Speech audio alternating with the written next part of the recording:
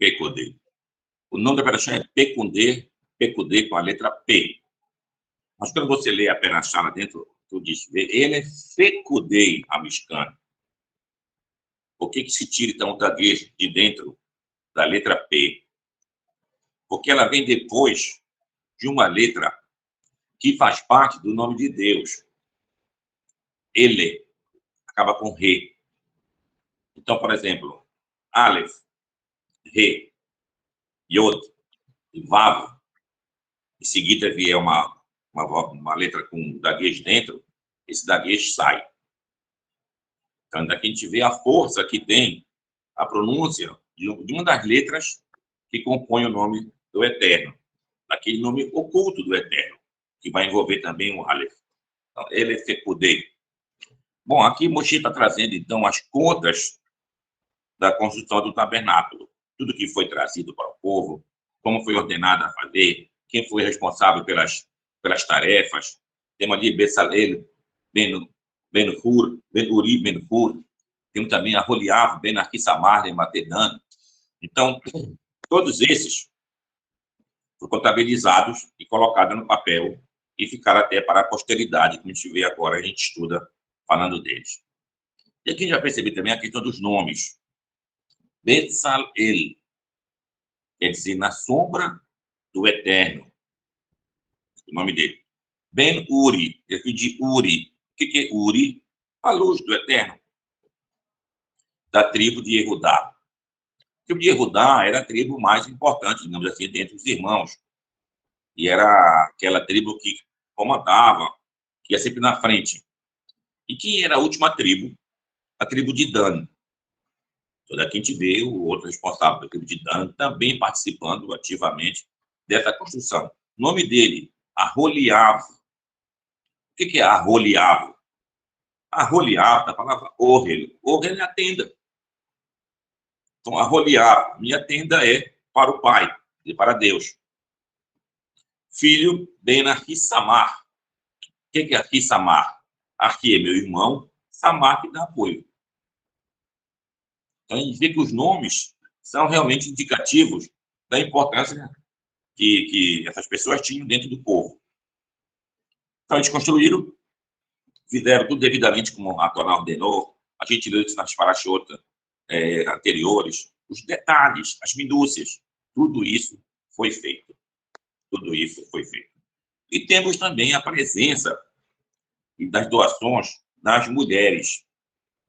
As mulheres doaram os seus espelhos, que é uma coisa importantíssima para elas, e assim foi feita a questão da pia, que ficava entre o altar dos sacrifícios e a entrada da tenda da assinação. Então, lá o sacerdote iria lavar suas mãos e seus pés também. Então, isso aqui também é um registro importante. Isso demonstra, como fala Arashi e outros grandes sábios, por que é mencionado isso? É mencionado isso que, por causa delas, a gente foi redimido do Egito. Como assim? Aqui tem uns Midrashim, que vou contar essa história da seguinte maneira. Nós trabalhávamos um trabalho pesado no Egito, tanto nas cidades das construções, como também Bassadê, ou seja, no campo. No campo. E com isso dificultava a nossa vida conjugal. E as mulheres então ficavam com dificuldade de visitar os seus maridos. O que faziam elas? Elas iam tirar água, e quando tiravam água do rio, elas conseguiam ter peixes. Elas cozinhavam esses peixes e levavam para os seus maridos que estavam no campo trabalhando. Mas quando elas levavam também os seus espelhos. E lá, ela oferecia comida para os seus maridos, elogiava os seus maridos e tudo mais, e ficavam juntas com eles, se olhando no espelho. E com isso, então, esse vínculo se aprofundava, e assim tinha-se as relações, e com isso as mulheres engravidavam. Então, por causa delas, a gente foi redimido do Egito. Então, ficou registrado, realmente, esse trabalho das mulheres que estavam constantemente diante ali da tenda da assinação, como mencionado nessa perachá. Bom, então aqui vai surgir uma pergunta. Se assim a gente percebe a presença da mulher praticamente muito ativa, como a gente vê nesses textos, por que que hoje, em nossas sinagogas, a gente vê uma separação da mulher? Por exemplo, em sinagogas sefaradim, em geral, os homens ficam embaixo e as mulheres ficam em cima. Conforme seja a exigência de cada sinagoga, umas são fechadas, praticamente quem está lá embaixo não vê quem está lá em cima. Só a mulher. Só a mulher consegue realmente enxergar quem está embaixo. É aquele vidro, só se vê de um lado. Só se vê de um lado.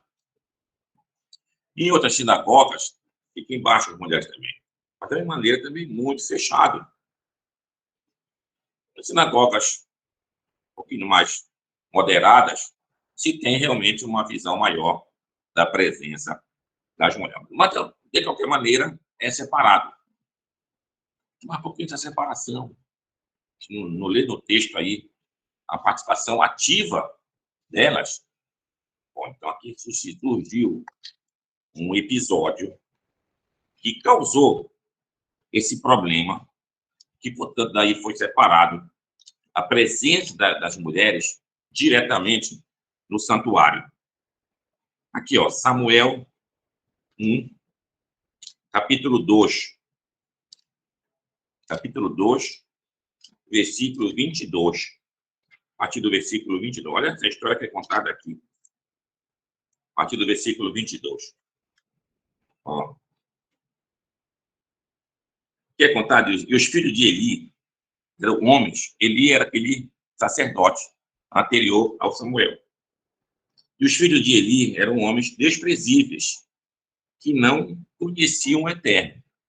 Conheciam, mas não reconheciam o poder do Eterno. O costume daqueles sacerdotes com o povo era assim: quando alguém oferecia um sacrifício e a carne estava sendo cozida, vinha o moço do sacerdote com um garfo de 3 dentes em sua mão e o metia na caldeira, na panela, no caldeirão, ou na marmita, e tudo quanto o garfo tirava, o sacerdote tomava para si. Assim faziam todos de Israel que vinham a Shiló, onde era até então o tabernáculo. Além disso,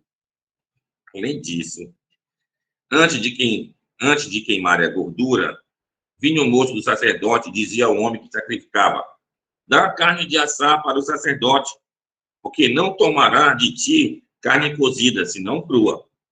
E se o homem lhe dissesse que esteja queimada primeiro a gordura, e depois toma para ti o quanto tua alma desejar, então ele dizia: não, deves dar agora, senão pela força eu tomarei. Era, pois, muito grande o pecado desses perante o Eterno, porquanto eram homens desprezíveis, em hebraico, Belial. Belial quer dizer sem honra ao fardo da lei. Mas Samuel servia perante o sacerdote, sendo ainda um rapaz vestido com um colete, né? Um efode de linho. E sua mãe fazia uma túnica única e a trazia para ele de ano em ano, quando subia com seu marido para oferecer o sacrifício anual. E ele abençoou a Elcaná, sua mulher, e assim sucedeu. Vou pular um pouquinho aqui. E ele já era muito velho e ouvia tudo quanto seus filhos faziam a todo Israel, e de como se deitavam com as mulheres que se ajuntavam à porta da tenda da reunião. E disse-lhes: por que fazeis tais coisas? Pois ouço de todo este povo os vossos malefícios. Aí disse: não, meus filhos, pois não é boa fama o que eu ouço, o que o povo do Eterno está difundindo de vocês. Pecando o homem contra o homem, os juízes julgarão. Porém, pecando o homem contra Deus, quem rogará por ele? Mas não ouviram a voz de seu pai, porque o Eterno os queria matar, ou seja, endureceu o coração deles. E o rapaz Samuel ia crescendo e era bem quisto por Deus e também pelos homens. Bom, dessa parte daqui, a gente vai ver em seguida o que aconteceu, então, com Eli. Então, eles foram para a guerra. Quando iam para a guerra, levavam a Arca da Aliança, isso contra os filisteus. E aí morreram os filhos de Eli. Quando morreram os filhos de Eli, e ele soube, estava na cadeira dele. Ele cai para trás e morre também. Nesse momento, a mulher de um dos filhos de Eli, eram 2 filhos, Ofni e Pinehas. Não é o mesmo Pinehas, logicamente, da época de Moshe, é outro Pinehas. Ela estava dando à luz. Quando ela soube que o marido dela morreu, ela também falece. E quando nasce o filho, ainda dá tempo de ela dizer, ela chama esse filho de Icabod, que quer dizer sem honra. Ou seja, o marido morreu, o sacerdote, também que era o principal, morreu, a Arca da Aliança foi tomada pelos filisteus. Então aqui tem uma história muito, muito séria, digamos assim. Bom, o que aconteceu então? Aí a arca foi levada pelos filisteus numa festa grande para eles. E onde eles colocavam a arca, várias desgraças aconteciam naquela cidade lá. Eles eram acometidos de furúnculos e de hemorroidas. E dava uma peste bubônica de ratos naquele lugar lá. E assim eles passavam de cidade para cidade e isso acontecia. E quando deixaram ele diante da estátua do deus que eles adoravam, o Dagon, quando eles dormiam, chegava de noite, a estátua caía no chão. Chegava de manhã, eles levantavam. Até que caiu a estátua, quebrando a cabeça dela e as mãos. Aí eles viram e ficaram com medo do poder do Eterno. Do poder do Eterno. E então, chamaram os seus adivinhos e falaram: o que a gente faz agora? Não, temos que devolver essa arca. E tem que dar um presente. Eles botaram isso nos animais, umas vacas leiteiras, que foi, a arca indo no caminho dela. E a arca foi até a cidade de Kiriat Jearim. E qual era o presente que eles levaram? Eles deram para a arca lá. O presente era de ouro, mas eram ratos de ouro e hemorroidas de ouro. Então, é realmente uma coisa aqui inusitada. E o texto traz isso para mostrar justamente esse poder da arca. Poder da arca. E daqui a gente vê, então, a pergunta fica: como que os filhos de Eli assim praticavam? Então, visto isso, a partir daí, quando o templo foi construído na época do rei Salomão, que as mulheres ainda ficavam na arca, até perto da arca, como a gente está vendo aqui na Perachá, então foi colocado, não. Tendo aqui o templo, foi feito uma azará. Azará é um espaço que ficava reservado para as mulheres. Isso ficava em cima. Então, as mulheres subiam, ficavam num nível mais elevado de cima, e assim elas podiam até ver como era feito o sacrifício, mas estavam longe.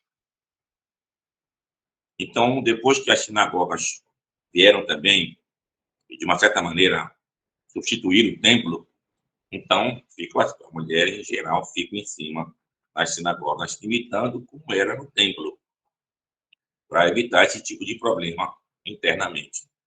Quando aqui a gente vê a preocupação com esse tipo de situação, não é que não pode ter presença de mulher, nada disso. Tudo é possível. Mas temos que manter realmente os níveis elevados de consideração e de respeito. Se vê, por exemplo, da mesma maneira, os sábios depois instituíram que a mulher não deveria mais subir na Torá. Até então, era permitido que mulher subisse na Torá também. Chamava-se a mulher do público para acompanhar a leitura aqui. Com essa situação, é melhor não botar a mulher em evidência. É a mulher de fulano, é essa. Aquela é bonita, aquela é feia. Mas são inadequadas. inadequada para uma nova. A partir daí, não se acostumou mais. Olha bem, não é proibido. Não se acostumou mais que mulheres subissem na Torá. Em outros lugares, era comum que, esses lugares que a mulher ficava embaixo também, quando se chamava o marido, a mulher ia junto com ele até a Tebá. Então, acabou ficando agora uma norma que não é chamada a mulher para participar de uma leitura de Torá. Bom, de qualquer maneira, o importante, o papel da mulher que a gente vê está no ensino para os nossos jovens. No ensino para os nossos jovens. Como assim? Quando você está uma mulher e essa mulher segue o Eterno, então os teus filhos, quando nascerem, ela vai passar com certeza. Primeiro esse amor ao Eterno, depois como se comportar perante o Eterno.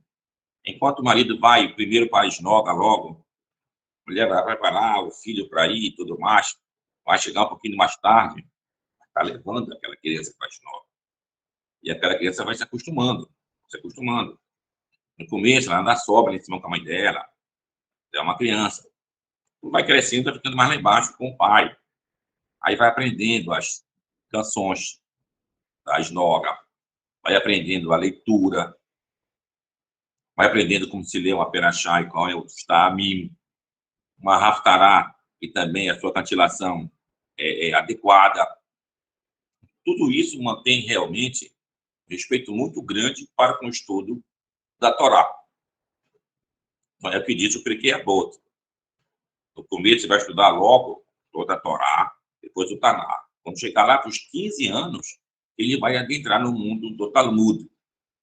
O mundo do Talmud é aquele mundo realmente de um aprofundamento, de uma dimensão que vai expandir realmente a mente daquele judeu. Então, todos nós que temos a intenção de buscar ao Eterno, nós passamos por isso também. Por isso que é chamado de Ohel.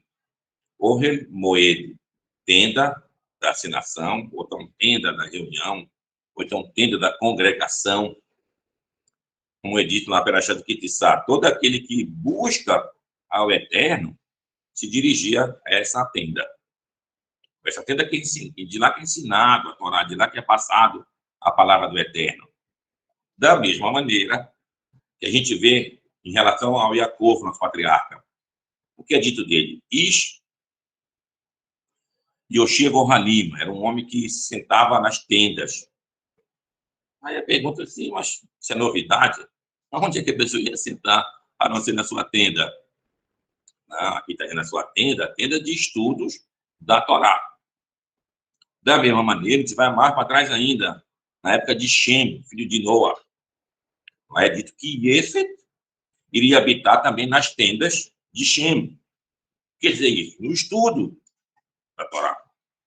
Aí se fala que tem aquela Yeshivá, bem mais antiga, mencionada, Yeshivá de Shem e Eber.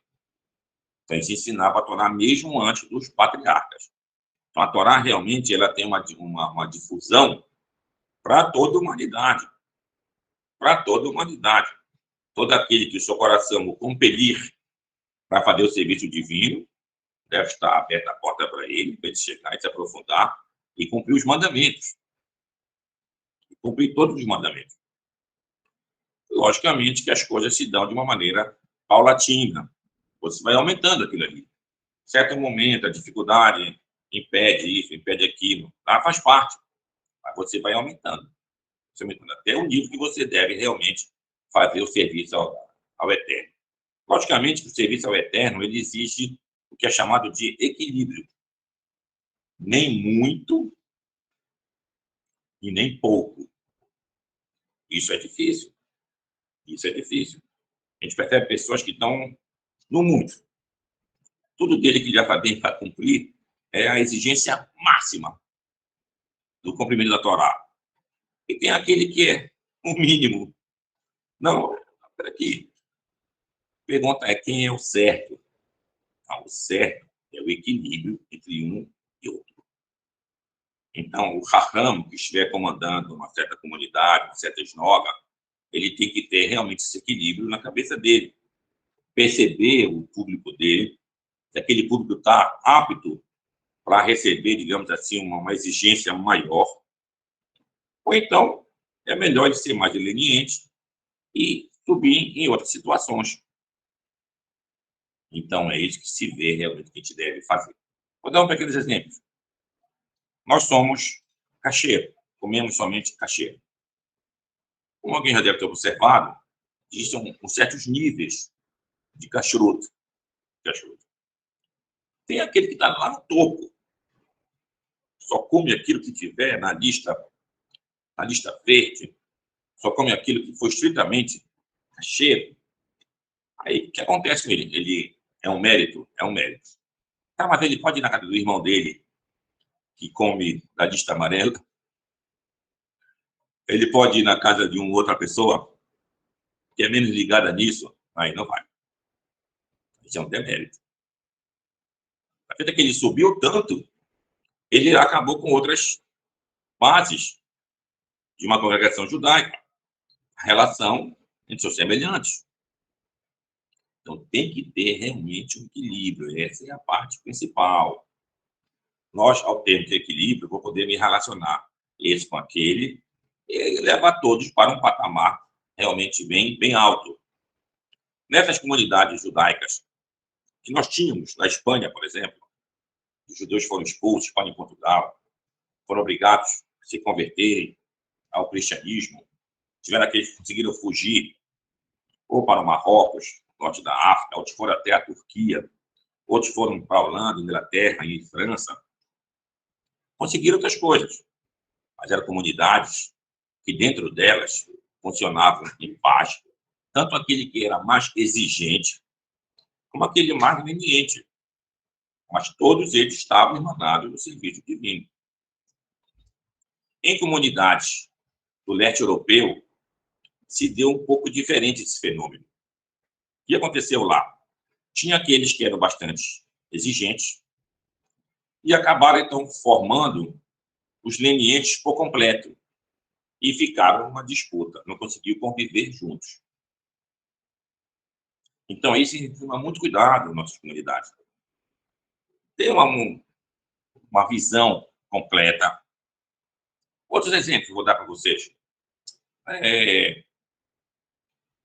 Alguém chega para a mulher e diz, olha, tu deve usar uma cobertura de cabeça. E a mulher prontamente vai cobrir sua cabeça. E vai para a esnoga. Excelente, excelente. Mas o outro, a mulher diz, não, eu vou fazer isso, eu quero o cabelo bonitão. E aí tu vai deixar a mulher por causa disso? Tem que ter a compreensão. Então, tá bom, deixa ela, no momento dela.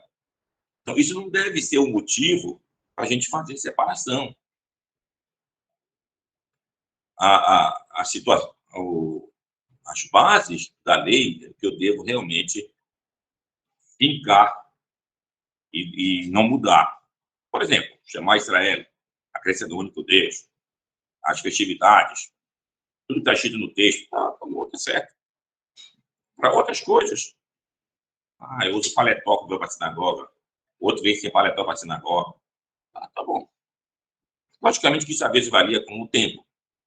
Eu, quando era pequeno, aqui em Belém, nas duas sinagogas, tanto na Eixa e Abraham, aí com a Xaraxamai, se tinha um paletó que ficava onde ia ter bar. Então, se alguém chegava na esnoga sem o seu terno, sem o seu paletó, se ele fosse ser chamado na Torá, ele tinha que botar o paletó dele. Só que não tinha um paletó, era um pouquinho grande. Mas se tivesse uma pessoa muito gorda, aquilo ficava apertado. Se fosse alguém mais fino, ficava muito folgado. Isso era perceptível. Isso fazia parte da época. O mundo foi tomando outras circunstâncias. Aí foi se liberando também de uma roupa mais comum. Mais comum. Mas isso não deve, como estou dizendo, interferir no serviço ao Eterno. Mesma coisa acontece com nossas mulheres, além da questão da cobrir a cabeça. Ela deve ir só de saia para a sinagoga? Pode ir de calça? Bom, no mundo de hoje, mulher usar uma calça é, é natural. É natural. Então, devemos ser em nossas sinagogas também flexíveis. Para aquelas que querem usar a saia ou o vestido, tá bom, pode usar, não tem nenhum problema. Outras que preferem ir de calça, tá bom também. Temos que ter só a ideia da decência. Chegar decentemente na sinagoga, a importância é essa, que a gente não pode esquecer, estamos diante do Eterno, o Rei dos Reis. Então, é isso que é importante para nós. Vai chegar Purim agora, por exemplo. Purim é uma festa, a gente já falou. A gente deve beber até não saber mais a diferença entre o bendito Mordecai, o Baruch Mordecai, e o Arur Haman, e o maldito Haman. Imagina o nível que a gente deve estar de bebedeira. De bebedeira. Logicamente que aqui é para realçar e mostrar o nível de alegria que a gente deve ter nesse dia. Então, para isso, muitos fazem assim. Faz a tefilá de manhã, quando acaba tem uma seudá. A seudá ele não come muito. Acabando a seudá, ele fala logo a minchá. Aí vem uma outra seudá. Nessa outra seudá, que é depois da minchá, aí ele faz comida, bebida, e já reza a minchá. Aí ele bebe até chegar nesse nível. Quando dá 10 horas da noite que ele se levantou e já tá bom, faz o arbítrio agora do dia seguinte. Quem não puder fazer, logicamente, cada um vai ver. Isso são como é que ele deve fazer. Até se não puder fazer assim, também não tem problema. Tem várias pessoas que às vezes bebem cerveja ou bebida, e quando comem, aquilo diminui aquele nível da bebida dele. Tá bom. Tá em condições de fazer a oração, tu te sente que tu tá bem, então pode fazer. Agora, se você sentir que você está bêbado, não deve fazer. É o que é escrito lá em Levíticos, que a gente tem a morte dos filhos de Aharon, quando eles levaram fogo estranho no altar. Bom, até aí a gente não sabia o que era esse fogo estranho. Mas o que diz lá no texto em seguida, que Deus fala com Aharon diretamente. Diz, não bebam. Na hora que vocês vierem fazer o serviço, para entender que estavam bêbados. Então, como é o texto em hebraico, não bebam. Al é não, texto. Texto, uma forma assim de imperativo do verbo. Escrito assim, tav, shin, tav. 3 letras. Tav, shin, tav. Que viram um acróstico. Tefilat, shikor, toevá. A oração do bêbado é uma abominação. Então, se você sentir que você está bêbado, que não está em condições, então não faça a tua oração ao Eterno. Agora, você sente, não, estou bem. Está bem, pode fazer oração a Deus. Então, Purim é uma festividade muito importante. É por ela que a gente antecipa uma Hatzita Shekel, a metade de um shekel, que a gente lê lá no capítulo 30 de Êxodo, a partir do versículo 11. A gente dava aquele dinheiro, metade de um ciclo de prata. Isso até antes, a gente está vendo a Perachalá, da construção do tabernáculo. O tabernáculo foi levantado no dia 1 do primeiro mês, em Rosh Chodesh do primeiro mês. Bom, então, até antes do Rosh Chodesh do primeiro mês, de Nissan, a gente dá uma Hatzita Shekel. Quando chega na época que a gente estava na Pérsia, na época do rei Ahasverosh, Xerxes, e tinha lá o seu ministro, Haman, que decretou muitas coisas contra nós, entre elas estava de colher o nosso dinheiro, de tomar o nosso dinheiro. Então, o que os sábios fizeram? Antecipemos essa doação do nosso dinheiro para a causa do Eterno, antes que venha alguém como Haman e tenta tirar de nós um dinheiro desse. Então, uma Hatzita Shekel te dá hoje em dia antes de Purim. Mas se passar Purim, você pode dar até antes, realmente, de Pêssar. E quanto é o meio ciclo, a gente já viu isso em nossas aulas. Tem pequenas variações, certo? Entre o que seria isso. É mais ou menos de 9 a 10 dólares. E vai ter uma diferença, logicamente, do valor em real. Mas, de 40 ou 50, estabelecer 50 reais como número certo, para você dar realmente o seu meio ciclo de prata. E esse, como está escrito na Perachá vai para o serviço do Eterno. Então, hoje a gente não tem o templo, mas temos o que é chamado de Esnoga, ou Bet Knesset, que chama-se Mikdash Meat, é um pequeno santuário em relação ao que era antes. E lá nós fazemos, como disse o profeta Roshea, que fui marquem devarim, veshuv el Hashem, que tomem vossas palavras e voltem para o Eterno. Shalemah, farim, sefatem. E assim, essas nossas palavras, elas vão substituir os nossos sacrifícios. É o que nós fazemos hoje. Então, nós temos toda uma oração, a divisão de shacharit pela manhã, vinha no lugar do sacrifício matinal, a minha no lugar do sacrifício vespertino.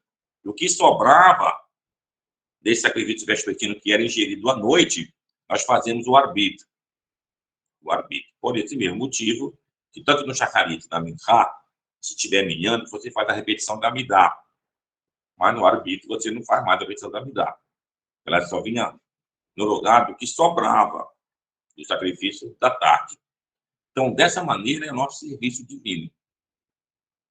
Então, conclusão da história das Soveot das mulheres que estavam à porta da tenda. Aqui a gente percebe a necessidade, a gente vê realmente nossas mulheres, de fazerem as suas orações ao Eterno, de fazer seus pedidos pelos seus filhos, pela vida pessoal dela, pelos seus pais, uma série de coisas. E a questão do sentimento, na mulher, isso é mais intenso do que acontece com os homens. Só pelo fato das mulheres, que são as provedoras, ou seja, que tem seus filhos, engravida e tem seus filhos, e vai ser a primeira provedora, isso então dá muito sentimento para elas. E como a gente vê, as nossas almas são divididas em alguns níveis. Tem nefesh. Nefesh quer dizer desejo. A nossa parte em desejo. A gente passa para Ruach. Ruach são palavra para vento também. Chama de espírito em português. E isso sobe e desce, igual aos sentimentos. Aí temos uma parte mais alta, de chamar, que é a nossa parte cognitiva. E dependendo dos meus méritos, eu posso adquirir também Hayá, que é esses três, e Yehidá, fazer disso realmente um conjunto. Mas isso vai depender dos meus méritos. Então, em geral, a mulher tem um Ruach bem intenso, que justamente ela tem essa questão, né, de gerar os filhos, e isso gera realmente muito sentimento. Então, a gente tem que tomar muito cuidado nas nossas coisas sagradas e não fazer igual aos filhos de Eli. E lá ocasionaram, através dos pecados dele, que a arca fosse exilada. Ou seja, quando a gente perde o sentido do que a gente está fazendo num serviço divino e transforma isso em algo desprezível, então não tem por que ter mais daquele lugar lá. Então, que o Eterno possa abençoar todos nós, que a gente possa fazer um serviço divino verdadeiro, que o nosso coração seja voltado para servir ao Eterno, tanto nós, homens, como as nossas mulheres também, nossas crianças, e a gente consiga passar isso para nossas novas gerações. Então, esse é o objetivo da Perachá de hoje. Perachá Pekudei representa todo esse relato das contas que o Moshe fez da construção do tabernáculo, de que maneira foram realçadas as pessoas que colaboraram com isso, e a gente vê aí a presença feminina com muita força. Digamos todos, amém.